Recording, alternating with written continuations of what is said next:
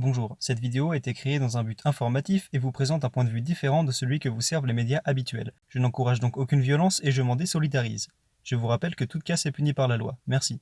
Les casseurs. Les casseurs. Les casseurs. Les casseurs. Les casseurs.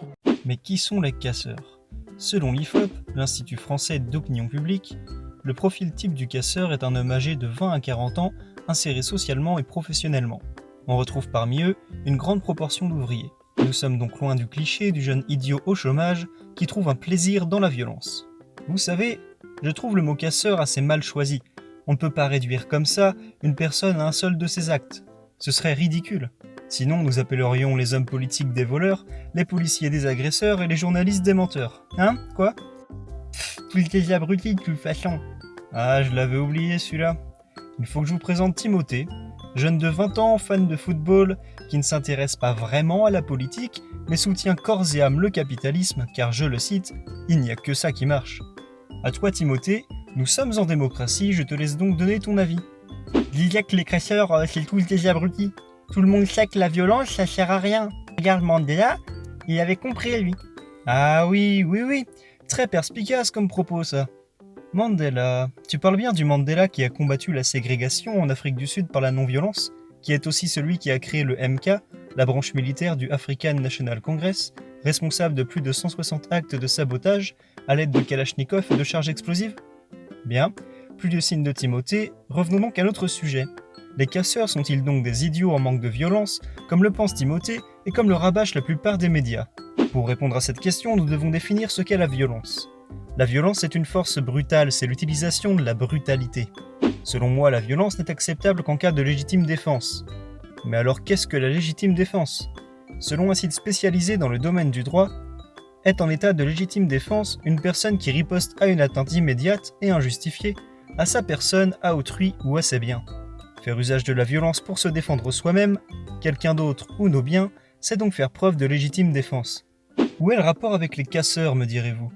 Les casseurs se réclament anticapitalistes pour la plupart. Rappelons donc rapidement quelques chiffres du capitalisme. Ce système tue chaque année 8 millions de personnes car elles n'ont pas accès à l'eau potable. Également 8 millions de personnes par la faim car elles sont privées de nourriture.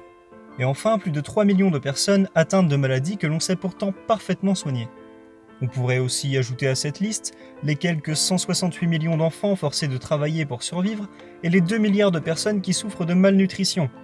Le capitalisme tue donc au minimum environ 20 millions de personnes par an, sans compter les guerres et la destruction de l'environnement qu'il entraîne. 20 millions de morts par an, de quoi faire passer Staline pour un petit joueur. Le capitalisme, et à travers lui l'État, est donc violent. Refuser de voir cette violence, c'est fermer les yeux sur la réalité de notre monde et sur la mort de millions d'innocents. Le capitalisme tue et menace notre vie et celle d'autrui. Utiliser la violence pour mettre fin au capitalisme ne revient donc qu'à faire preuve de légitime défense envers un système qui recherche le profit au détriment du bien-être de chacun. Alors non Timothée, casser la vitrine d'un McDonald's n'est pas un acte d'une violence inouïe. Et oui, cet acte est parfaitement compréhensible. Et avec un peu de chance, il te permettra d'éviter de manger au McDo 4 fois par semaine, de finir obèse et de mourir précocement du diabète ou d'un arrêt cardiaque.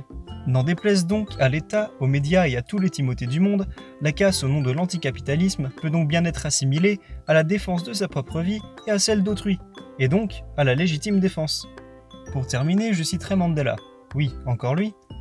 C'est toujours l'oppresseur, non l'opprimé, qui détermine la forme de lutte. Si l'oppresseur utilise la violence, l'opprimé n'aura d'autre choix que de répondre par la violence. Dans notre cas, ce n'était qu'une forme de légitime défense. Voilà une phrase d'actualité qui mérite réflexion. Aujourd'hui, nous avons uniquement parlé de la légitimité des casseurs.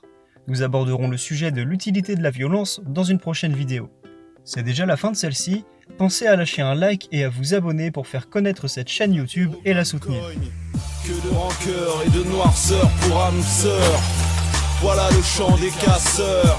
J'ai repris le fouet du dresseur à mon tour.